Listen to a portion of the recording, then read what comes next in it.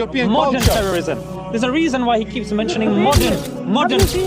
There's a reason why he's talking about modern Direct terrorism. referendum. Because if you go back in the 1880s, yeah, let's look at this century, 1880s. Who were the terrorists in the 1880s?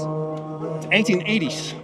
When people were the terrorists, there was no concept of terror in the one I'm talking about. The Ladies and slave gentlemen, trade. he said there's no concept of terrorism in the 1880s. That's right. When you had the left-wing anarchists that were killing the French president, the Spanish president, the Italian president, and the American president. Ladies and gentlemen, I think this is the definition of terrorism. That was taking place in the 1880s. Let me finish.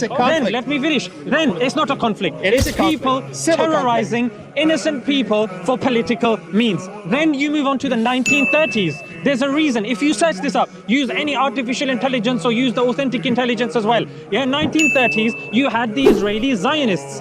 The Irgun, the Stern gang, and you had the Haganah. These were terrorist groups that were predominantly killing British soldiers and innocent people in libraries and the likes. So that's what was going on. Then if you go further, around the 60s, you had the Catholics, yes, the IRA Catholics, that were planting bombs in 10 Downing Street. And what did they do? In Harrods, and innocent people that were being killed. I haven't finished. Saying there is a bomb. Relax. And then later on, around 1980s, the Tamil Tigers, they were regarded as terrorists. They were Hindus and they were secular, ladies and gentlemen. Only now, and you've got terrorism experts like Mark Sageman and these individuals, authors like Armstrong with Fields of Blood. She says that these things happened because of invasion. If you look at Palestine before it was invaded, Iraq before it was invaded, there was no suicide attacks in Iraq. Pape tells us in Dying to Win, ladies and gentlemen, it's only when they were invaded, then they defended their lands.